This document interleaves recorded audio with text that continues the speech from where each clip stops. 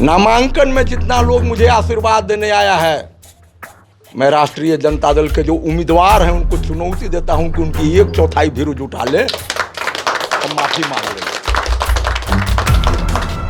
जनता नकार चुकी है सबको, मामला तय हो गया है, इंतजार करें ना लोग। ऐतिहासिक रिजल्ट होगा। किसी ने देखा है क्या? हमको एक आदमी नहीं बोला और उम्मीदवार भी नहीं बोल रहे हैं। मैं घूम घूम कर पूछ रहा हूं चुनौती के साथ कि एक उदाहरण अगर आ जाए कि सदन में उन्होंने बेलसन की आवाज को उठाया है तो मैं क्षमा मांग लूंगा इस धर्म युद्ध में, लेकिन ऐसा नहीं। नमस्कार, आप देख रहे हैं बिफोर प्रिंट और मैं हूं रंजीत मिश्रा। आज जब हम बेलसन विधानसभा क्षेत्र में निकले हैं चुनावी ट्रेल पर, तो आज हमें मिल गए यहाँ के चर्चित नेता और पूर्व में शिवहर जिला के राजद के जिलाध्यक्ष थे, वर्तमान में अभी ये जिलाध्यक्ष के पद से इस्तीफा देकर रालोसपा के टिकट पर विधानसभा के उम्मीदवार हैं। बहुत बहुत स्वागत है ठाकुर धर्मेंद्र जी का आपका। बहुत बहुत शुक्रिया आपका। कैसा दिख रहा है आपको? बेलसन विधानसभा से चुनाव लड़ रहे हैं, पूर्व में आप राजद के जिला अध्यक्ष थे और रघुवंश बाबू के आप खासम खास माने जाते थे। क्या हुआ राजद में ऐसा कि आपको रालोसपा से आके चुनाव लड़ना पड़ा? देखिए, रघुवंश बाबू ने मृत्यु शैया से आशीर्वाद दिया था और उन्होंने कहा था, जो चिट्ठियां मुझे सौंपा था, कि बेलसन से शुरू की गई राजनीति पारी की पाती कि समापन मैं बेलसन को सौंप करके कर रहा हूं। तो एक मानस पुत्र के रूप में उन्होंने मुझे स्थापित किया, अपना आशीर्वाद दिया। उसी मृत्यु शैया से उन्होंने यह भी कहा था कि मैंने बाबू लालू प्रसाद को आपके बारे में कहा है, लेकिन अगर मैं समझ रहा हूं कि इन पत्रों को जारी करने के बाद राष्ट्रीय जनता दल में आपके प्रति मान्यता बदल जाएगी। ऐसी परिस्थिति में मेरा फोटो टांग करके बेलसन विधानसभा क्षेत्र में लड़ जाइएगा और मेरा आशीर्वाद है कि वहां जनता आपको विजय बना देगा। हम उनके आदेश का पालन कर रहे हैं। रघुवंश बाबू चाहते भी थे कि आप बेलसन से राजद के उम्मीदवार बने। सबको मालूम है कि रघुवंश बाबू बेलसन का उत्तराधिकारी हमको घोषित कर चुके हैं। इस क्षेत्र के सैकड़ों नहीं हजारों लोगों को बोल चुके थे कि धर्मेंद्र आपका अगला विधायक है, और मैंने उनके पुतले के नीचे उनके समाधि के पर सौगंध खाया है कि मैं और कुछ करूं या न करूं, लेकिन रघुवंश बाबू की सादगी और ईमानदारी को जीवन भर अपनाने का काम करूंगा। मैं बेलसन की जनता को वादा दे रहा हूँ। यहाँ का आप अगर चुनाव में हैं, कैसी दिख रही है यहाँ का चुनाव? कितना मतलब सफल हो पाएंगे? आप लड़ भी रहे हैं, आप मजबूती के साथ चुनाव लड़ रहे हैं। लोग बता रहे थे कि जब हम बेलसन में घूमना शुरू किए तो लोगों ने बताया कि ठाकुर धर्मेंद्र सिंह मजबूती के साथ चुनाव लड़ रहे हैं। कैसा दिख रहा है यहाँ का चुनाव? जनता मुस्तैद है, मैं तो पीछे हूँ, जनता आगे है। और देखिए, यहाँ अपमान हुआ है लोगों का। राजनीतिक दलों के द्वारा एक रालोसपा को छोड़ करके सभी राजनीतिक दलों ने कहा बेलसन बाइली आएगा। और बेलसन के राजनीतिक कार्यकर्ताओं में इतनी क्षमता है कि इन बाइलों को ट्यूशन पढ़ा सकता है। सबसे बड़ा अपमानजनक स्थिति है बेलसन का कि राम सुगारथ राय के मरने के बाद 15 साल हो गए। मैं लोगों से घूम घूम के पूछ रहा हूं कि 15 साल में राष्ट्रीय जनता दल का उम्मीदवार जो हमारा मुख्य प्रतिद्वंदी है, 5 साल उनको मौका मिला हुआ है सदन में, कभी बोलते हुए किसी ने देखा है क्या? हमको एक आदमी नहीं बोला और उम्मीदवार भी नहीं बोल रहे हैं। मैं घूम घूम कर पूछ रहा हूं चुनौती के साथ कि एक उदाहरण अगर आ जाए कि सदन में उन्होंने बेलसन की आवाज को उठाया है तो मैं क्षमा मांग लूंगा इस धर्म युद्ध में, लेकिन ऐसा नहीं है। बेलसन की आवाज सदन में बंद है। 15 साल हो गए बेलसन का आवाज को सदन में गरजे हुए।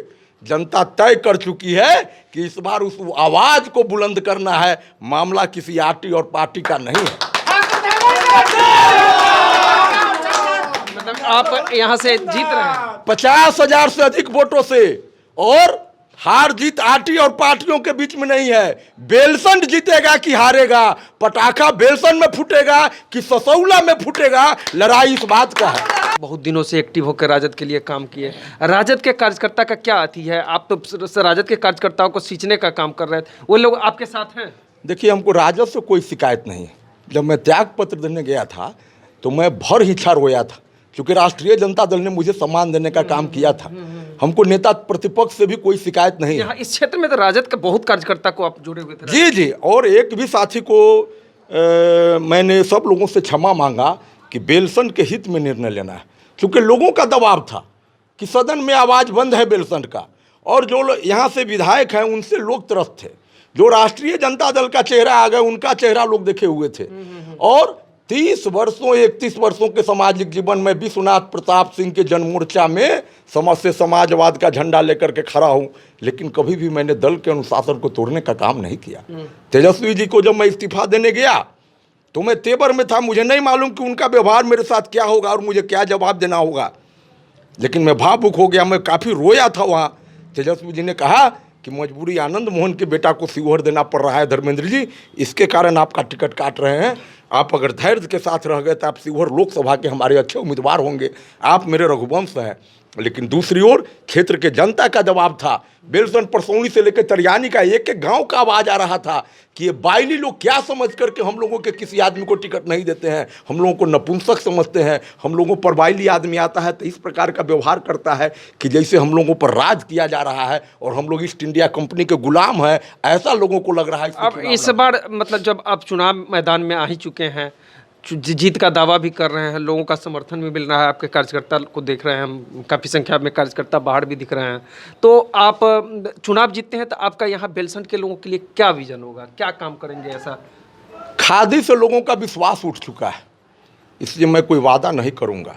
मैं हाथ जोड़कर इतना जरूर बेलसंड की जनता को विश्वास दिलाना चाहूँगा कि उनको कभी अफसोस नहीं होगा कि मैं गलत आदमी को वोट दे दी।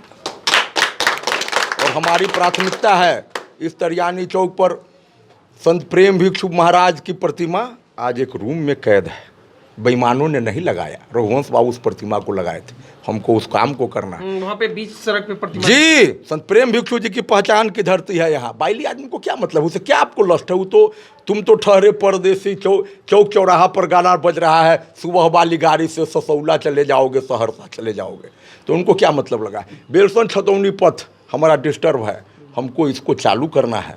संत और शहीदों की धरती है। तरियानी छपरा में जलियांवाला बाग के बाद देश का सबसे बड़ा घटना हुआ, इसको राष्ट्रीय क्षितिज पर लाना, तरियानी छपरा शहीद स्थल को। ये स्वतंत्रता सेनानियों की धरती मानी जाती है। बिल्कुल, और संत में प्रेम भिक्षु जी महाराज की। और पचनौर घाट पर पुल का निर्माण, बसौल पुल का निर्माण, काला पानी से बेलसंड को मुक्ति, इस प्रकार के आंदोलन है और इसको हम करेंगे, इस सारे काम को हम करेंगे। अंत में क्या कहना चाहेंगे आप अपने बेलसंड के लोगों के लिए, क्या कहना चाहेंगे? बेलसंड को लोगों को कहना चाहेंगे कि आटियाँ बनेंगी, पार्टियाँ बनेंगी, लोग इधर आएंगे उधर जाएंगे, लेकिन ये अपमान जो होता है, जो बाइली सब कहता है कि बेलसंड में कोई काबिल आदमी नहीं है, इस चुनौती को स्वीकार करिए। और 3 तारीख को मतदान होना है, वो इस बात का होना है कि बेलसंड जीतेगा कि बेलसंड हारेगा। मैं यही तो अपील कर रहा हूँ लोगों से बार बार। चलिए, बहुत बहुत धन्यवाद आपको कि बिफोर प्रिंट के लिए आपने समय निकाला। और एक चुनौती और, ये तो राष्ट्रीय जनता दल के उम्मीदवार को मैदान में से साइड हो जाना चाहिए सीधे, जैसे जदयू के लोगों ने 6 नंबर पर भेज दिया, कहीं कोई खोज लीजिए। और मेरा दावा है कि पूरे बिहार में यही एक क्षेत्र है जहां जनता दल 4000 वोट के अंदर में सिमट करके रह जाएगा। नामांकन में जितना लोग मुझे आशीर्वाद देने आया है, मैं राष्ट्रीय जनता दल के जो उम्मीदवार हैं उनको चुनौती देता हूं कि उनकी 1/4 भी जुटा ले और माफी मांग ले। जनता नकार चुकी है सबको, मामला तय हो गया है, इंतजार करें ना लोग, ऐतिहासिक रिजल्ट होगा बेलसंड का। तो मतलब ये थे हमारे साथ ठाकुर धर्मेंद्र सिंह जी, रालोसपा के उम्मीदवार हैं, बेलसंड से मजबूती के साथ चुनाव लड़ रहे हैं। इनका दावा है कि 50,000 वोटों से हम जीतने जा रहे हैं। फाइनल तो 10 नवंबर को होगा, रिजल्ट के बाद पता चलेगा। तब तक के लिए आप देखते रहिए बिफोर प्रिंट, फिर मिलते हैं हम किसी अन्य लोगों के साथ। बिफोर प्रिंट के लिए मैं रंजीत मिश्रा, बेलसंड विधानसभा, धन्यवाद। अगर आपको हमारा वीडियो पसंद आया हो तो इसे लाइक करें, सब्सक्राइब करें और साथ ही बेल आइकन दबाना ना भूलें।